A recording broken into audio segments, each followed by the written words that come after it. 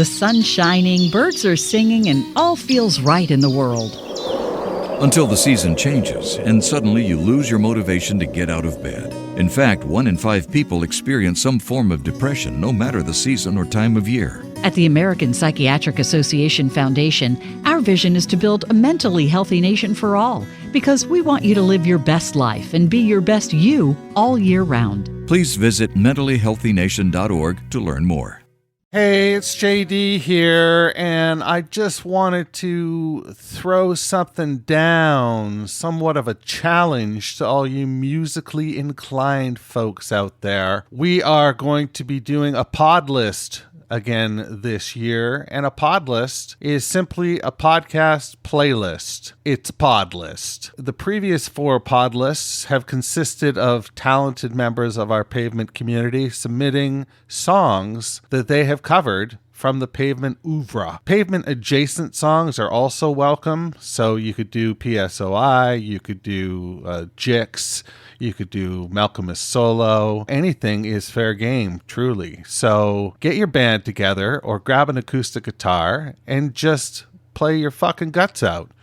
From there, submit the song to me by email, and we'll go from there. So please submit those songs, jd@meetingmalcolmus.com, or even better, use wetransfer.com if it's a big WAV file. And WAV files are what I prefer. That will work out just magnificently. That's what she said.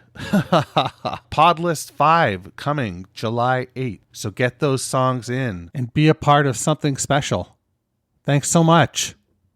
Now, on with the show. Previously on the Pavement Top 50. Without further ado, number 38, Date with Ikea. Daniel from Chicago. Hey. Talk to me about your experience with this song. Well, it was the first Pavement album that I was able to buy on its release date. So it has a special place. It was released, I think it's April 17th, 1997. And I went to my local mall and walked in and bought this album. Hey, this is Westy from the rock and roll band Pavement, and you're listening to The Countdown. Hey, it's JD here, back for another episode of our Top 50 Countdown for seminal indie rock band Pavement. Week over week, we're going to count down the 50 essential Pavement tracks that you selected with your very own top 20 ballots. I tabulated the results using an abacus and a small group of children in the 4th grade. How will your favorite song fare in the rankings? Well, you'll need to tune in to find out. So there's that. This week, we're joined by Pavement superfan Pierce from Detroit. Pierce, how you doing, motherfucker? Man? I'm good. It's good to be here. Oh, it's great to have you, man. How's the weather in the city right now? It's been unseasonably warm. Yesterday was we got close to 60. I think we got to 60. So wow.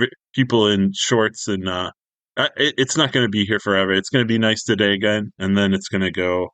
We're still in February, so it's going to be some jacket weather before you know it. Yeah, I bet. Yeah. How about you? What's the weather like there? It's been the same here. It's been unseasonably. Yeah. Like I wore a vest yesterday instead of a jacket, right? Like kind of nice. Yeah. I mean, aside from the existential dread, but we won't go there. Yeah, I suppose you're right. Yeah. So let's get right to this. Let's talk about Pavement. You mean my favorite band? Your favorite band of all time? Yeah. Oh man, yeah. I listened to a previous episode, and then I got my mind. I'm always champing at the bit to relay my Pavement origin story. So I don't even know if it's not anything spectacular, but I mean, I guess the thing that really that strikes me is just how much the band means to me and how much its music means to me, and so I'm always looking to knock on somebody's door and tell them about Pavement. Yeah, so where did it all begin? Well, I mean, So I found Pavement in high school. I I was really into just like a lot of corporate rock. I was all about like Beck and Beastie Boys, which are still I still like and value those. But I was listening to like the Sublime and 311 and all that, and not to say that that's if that's your bag, that's your bag, but Totally, like so then in my sophomore year a friend got me into Fish, and so like Fish, I've kind of estranged myself from Fish. And I realized that starting at the top of a Pavement podcast talking about 311 and Fish is kind of like, I don't know if that's the coolest start, but so I remember vividly I got an Entertainment Weekly Fish feature magazine in I guess the summer of 2000, and just before going into my junior year in high school. And there was a Fish A to Z, and they had like a little cartoon of the guitarist Trey worshiping at this pedestal with slanted and enchanted, like a little drawing on it. And so the A to Z P for Fish was Pavement, and I was like, okay, well, I'll check that out. And I got slanted and enchanted, and it was like instantaneous, and so then I think the same day I went out to another CD store. I think I bought it from either a local CD store or from Best Buy, and then I went to another local CD store and I bought the Major Leagues EP. So like, wow, my first two were like Slanted and Enchanted and Major Leagues, and I was like, wow, this is completely different, but I love it. Totally, so different. And so then, I think within like a couple days I had bought Wowie Zowie, and then I went on a week-long summer like a band camp thing to Interlochen. And so I remember being in this school bus and like hearing Half a Canyon, and it blew my mind. It's like that scene in Garden State. Natalie Portman handed you the headphones. Was like, this is going to change your fucking life. And I mean, the ensuing years of like, and even just moments of like trying to like play it for friends and have them be like, oh, okay, yeah, that's cool, man. But and then gradually getting more people into it. But yeah, I mean, man, it's just wild to think that my musical adventure really, I mean, I don't want to like put it all on Pavement, but I feel like that really was the catalyst for so many things that I've discovered and enjoyed in the last 24 years. Talk to me more about that. What does that look like? Oh man, I mean, so I'm just that was the age of Napster and Audio Galaxy and LimeWire, and so you'd connect your Audio Galaxy.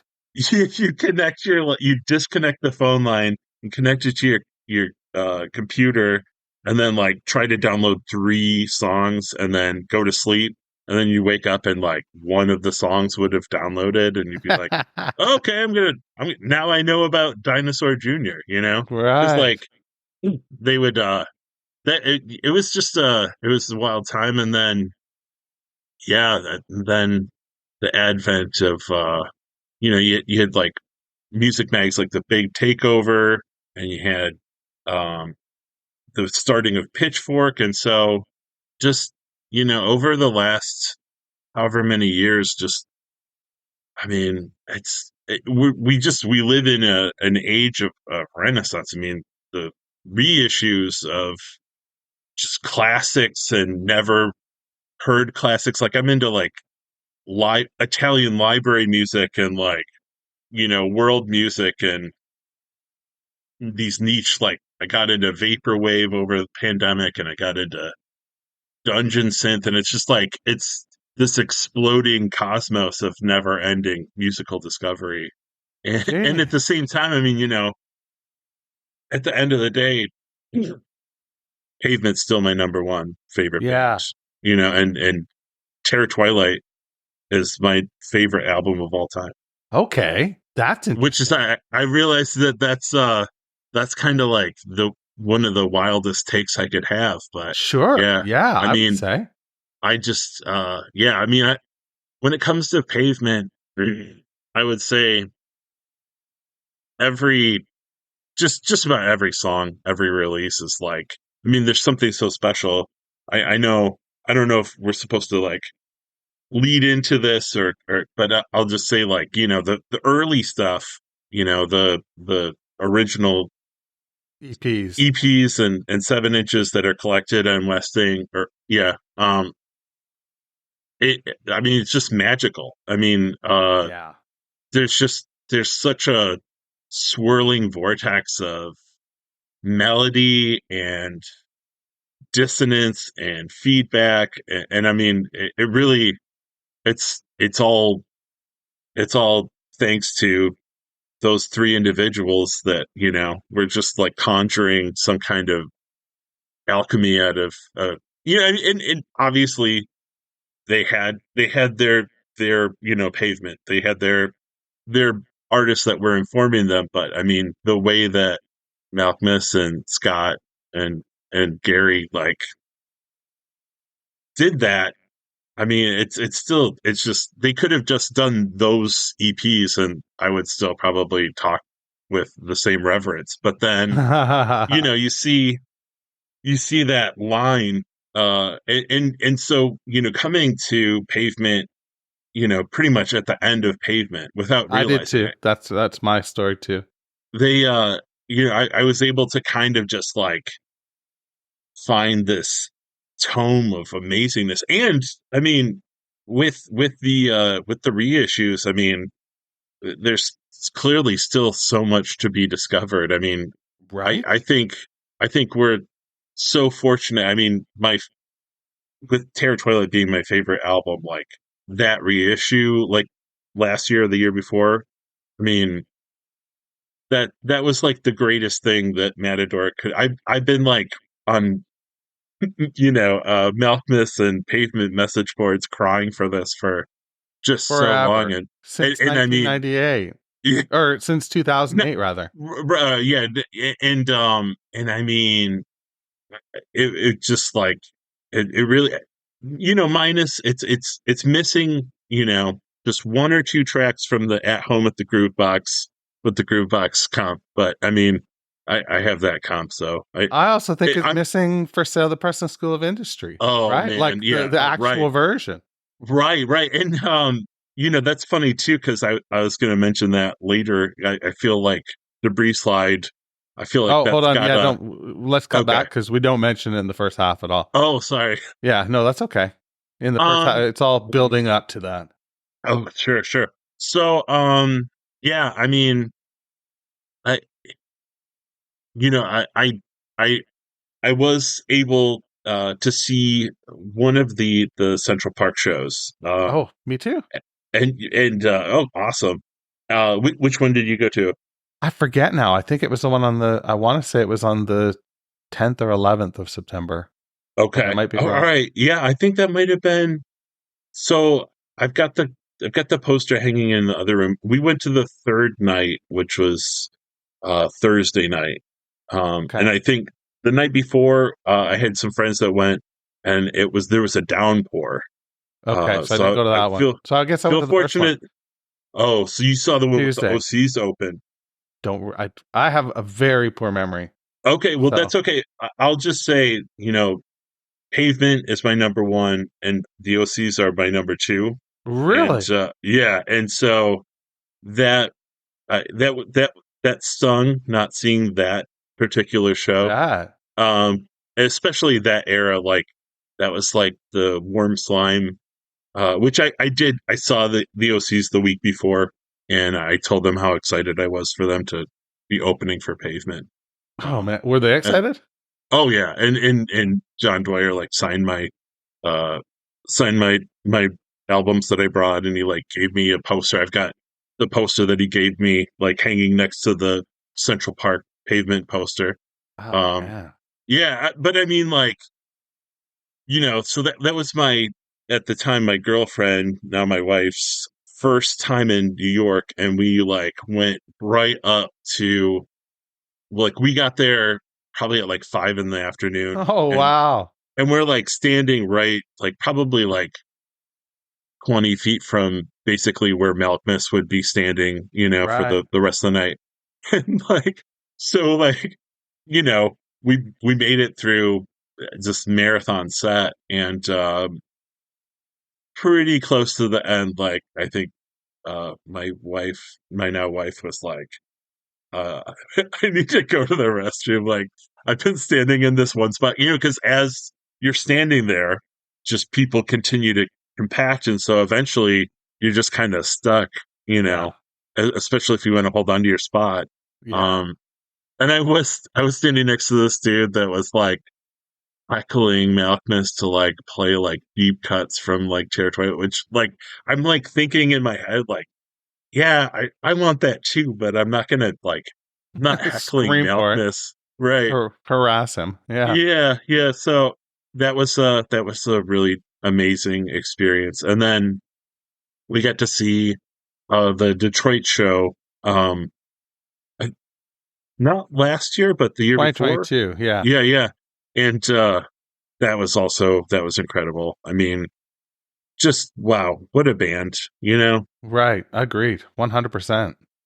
So what's so just, you're in a rarefied air with Terror Twilight as your number one. What is your least ranked?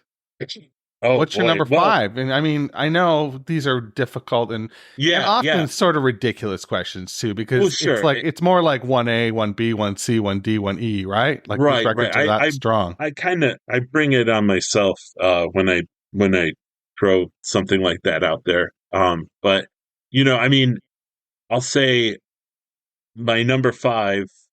When I first heard Brighten the Corners, I thought that it was my favorite. I think over time I've come to, with Terror Twilight is my number 1. I think my number 2 is Wowie Zowie, just because I mean it's a masterpiece. And then 3 I think goes to Slanted, just because, again, I mean, how many times can you have a masterpiece? But they apparently did. And then I would say Brighton, and then Crooked Rain. And I no disrespect to Crooked Rain, because no, of course not. This is just this is for fun. Is what it is. Yeah. But I mean, the other thing is just the hidden tracks, the B-sides. Yes. I mean, I think that really is what I mean, I don't know. I would say that the 5 studio albums are enough to make it like pavement, but then this rich undertow of just amazing songs that should have made the albums, or in some cases for sure. At least we have them. Yeah. I really I heard you mention in a previous episode that there's like a 7-inch box coming. Yeah. And I'm curious what that looks like. Is that Me just too. Like straight singles, or I don't know? Are we going to get a remastered play tracks? Like, yeah, like that would be so cool. But the Secret History, they launched that first volume of the Secret History, which is it's basically just extra tracks from Slanted, Enchanted, Lux, and Redux. But I feel like Crooked Rain, the Desert Sessions, and Wowie Zowie Sentinel Edition, like those are crying to be double or triple augmented. sets. Yeah, I mean, it's interesting because when you're putting something like that, I mean, I remember being on the Stephen Malkmus forum, and people, when they came out with the first Secret History Volume 1, who were like, I have all these tracks. But it's like, well, yeah, I mean, I have those tracks too. And I don't even think at the time, like, Spotify was what Spotify is. But, I mean, there's having the tracks, on CD, and they're having the tracks on a 45 7-inch or a 12-inch. But, like, the joy of being able to put down a double LP set or a triple LP set and, like, flipping it over and having, I mean, again, what Matador did with the Spit on a Stranger EP, I mean, like, that was a dream come true. I mean, yeah. I kind of wish that they did that for the Major Leagues one too. But I mean, I did get a 4 LP box set as well from them that kind of combines those two into one disc. I want, like, you can go out and find the Nicene Creators, right in the corners on vinyl. Yeah. Like the box set, like the the reissue, but the other three are not.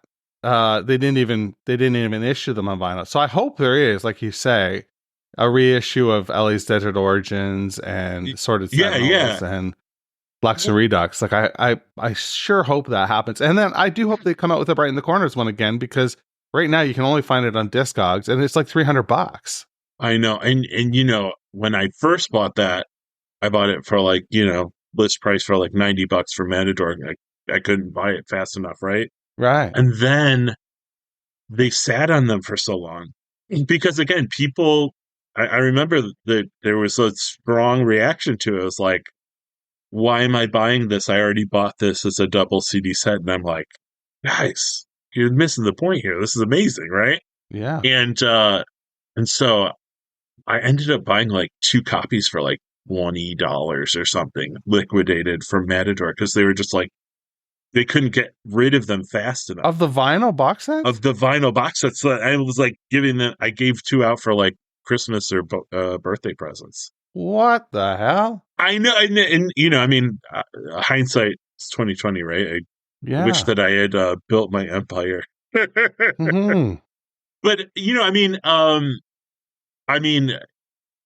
I can't really see them doing that for the first 3, because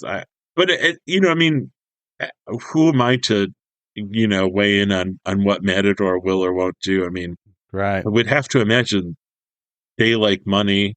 They're going to keep monetizing this catalog in any way they can. What it looks like is anyone's guess, right? Yeah, right.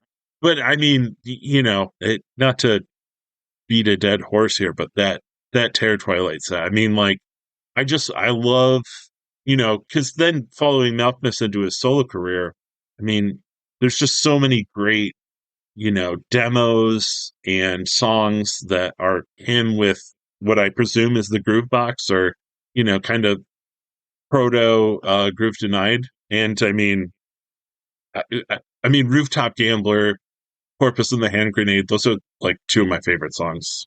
Wow. I just love it. I love it so much. Damn. Well, I wonder if you're going to like the song that we're covering today. Should we get ready to give it a spin? Let's do it. All right. We'll see you on the other side with track number 37 on the countdown.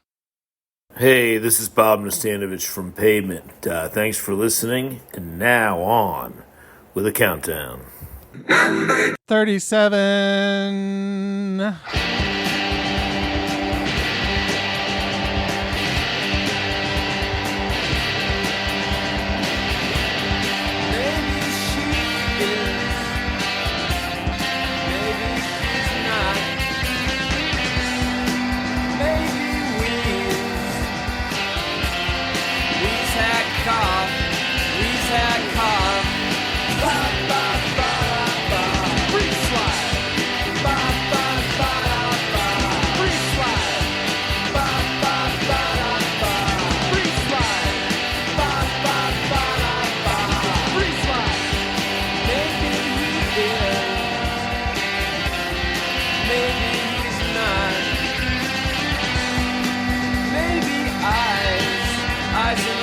pocket, eyes in the socket, so I'm gonna sock it. Ba, ba, ba, da, ba. Free slide. Ba, ba, ba, da, ba. Free slide. Ba, ba, ba, da, ba. Free slide. Ba, ba, ba, da, ba. Free slide.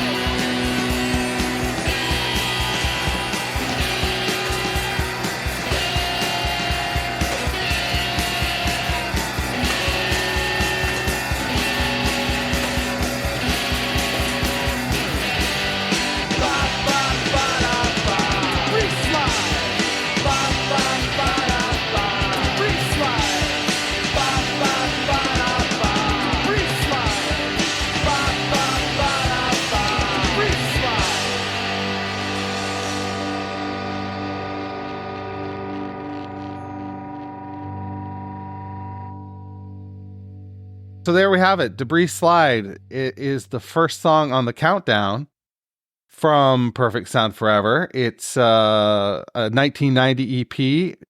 This song is side 2, track 2. It's Debris Slide. What are you thinking here, Pierce from Detroit?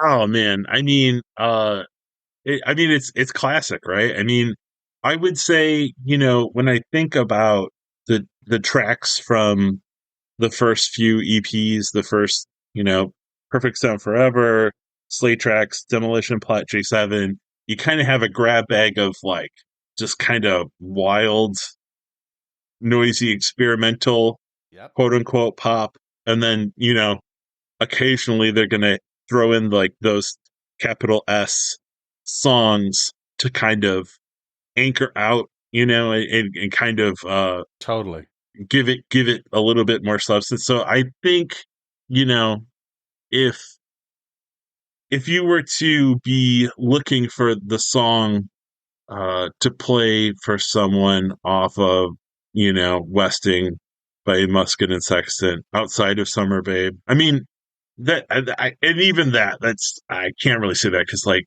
Baptist Black Chick, Box Elder. Box Elder. I mean, and so I feel like Debris Slide kind of takes like the songiness.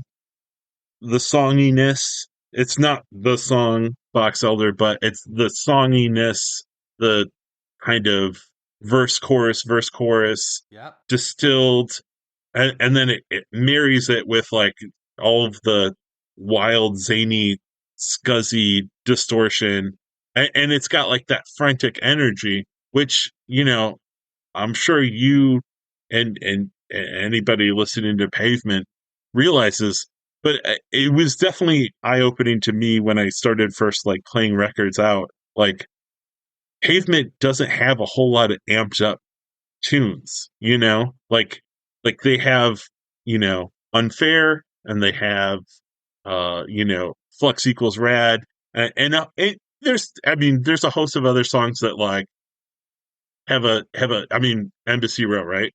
But right. Like for the most part, Pavement's wheelhouse is just a song that opens up and is just kind of giving you this walking tour of Malcolm's thesaurus and dictionary and guitar traps. So this song is really, it's kind of a weird one because I feel like normally you're getting just these really weird similes and metaphors and weird word placements, and this one is kind of like he's just playing with like homonyms. He's like, and it's great. It's without wanting to make a completely wrong hot take, it's kind of like I don't know, like just like a punky, kind of tossed off. It definitely, that's one of the attributes that's so fantastic about all these early songs is just how like easy it sounds to them. Like they're just inventing magic, If you were to listen to just the music without the melody and lyrics, it would sound like a pretty hardcore song, you know? I was gonna say like Black Flag, and I just like got into Black Flag in the last year or so, and I know that was an influence. I mean, uh, it really it's kind of unusual for Pavement, but at the same time, you can see why it became a perennial favorite for like set lists, and also, I mean, I feel like it this song maybe in particular informs so much of Slanted. I mean, yeah, well, it's so melodic. Like it's got a great melody. It's got the bop bop bas, that make you nod your head and throw you back to a different time. Like of music making, and yet they do it so it's almost flippant. Like it's really pretty cool that they're almost thumbing their nose at this traditional pop, but they're performing it at the same time. Yeah, really, really fucking cool. Yeah, and then I was going to mention it earlier. Just the bop bop bada buzz kind of are referenced again all those years later by Scott with For Sale, the Preston School of Industry. Right. I mean, I don't know. That just came to me just before we were getting on. I was like, I don't know in the back of my head if there are any other Pavement songs with bop bop bada ba going on in them. Well, there's a lot that like have something that rings similar to that, right? Like you think Cut Your Hair, you think Painted Soldiers. Okay. Just off the top of my head. Thinking about it quickly. But it is almost a Pavement hallmark, this melodic sort of la la la kind of thing. Yeah. Obviously not like rock solid blueprint, because there is no blueprint for this stuff. They just when you think you know the answer, they change the questions. So what are you thinking? This song comes in at number 37. Is it properly rated? Is it overrated? Is it underrated? Where should it have appeared in your mind? It's hard because I think, I've participated in any number of threads. Your top 10, your top 20. What are your favorite Pavement songs? And I mean, I feel like because this band means so much to me, I kind of tend to dig a little bit deeper. I like, like from the Perfect Sound Forever. I mean, Angel Carver Blues, Mellow Jazz Dog, like that would probably be my pick from here, or even Heckler Spray. But just because I love all these songs doesn't, like Cut Your Hair isn't amazing, right? So right, exactly. Yeah. I would say, I think this song is pretty well rated. I mean, again, with a band this expansive and with such awesome tunes, I mean, they're going to take you some places. So like, I don't really feel like any top 20 or 50 is going to look, I mean, I've got, like I said to you earlier, like the Porpoise and the Hand Grenade, Rooftop Gambler. I mean, those that go in my top 10, and I don't think that would really. Guy. I mean, I just You're love a big haul guy. But I mean, I love Debris Slide, so I would say it's perfectly rated. Oh, well, I love it. That's great.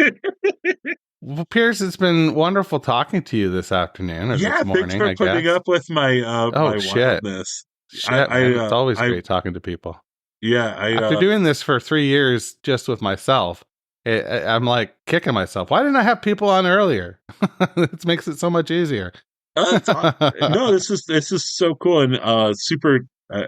You're super easy to talk to. I and so I really relish the opportunity. I'll jump at the chance of talking about this music as often as I can. I don't know if you want me to set up my pitch here. Throw in a little. So I've got a website that I started just last year, and it's kind of based off of a cartoon that I drew like maybe 15 years ago. But it's like a mixtape / comics website. It's kind of like loosely based around Paranormal Peanuts, kind of Gumshoe Ghost, and he really he researches capers, and it's a lot of nonsense, non sequiturs, and then a lot of mixes that feature Pavement and The Fall and Sun Ra and all manner of things. So that the name of the website is ghostropolis.com. Ghostropolis.com. Yep, GHOSTROPOLIS.com. And it's Ghostropolis Radio. You can also do ghostropolisradio.com. So if you put Ghostropolis in the Google machine, you'll likely get where you need to go. I think so. From the fertile mind of Pierce from Detroit, ghostopolis.com. Ghostropolis. Ghostropolis. Oh, shit. I just fucked it up already. Oh, you're good. No, hey, I appreciate it, man. All right, buddy. I appreciate you. Thanks so much for doing this. All right. Thanks for having me. All right. Wash your goddamn hands. Thanks for listening to Meeting Malcolmus, a Pavement podcast, where we count down the top 50 Pavement tracks, as selected by you. If you've got questions or concerns, please shoot me an email, jd@meetingmalcolmus.com.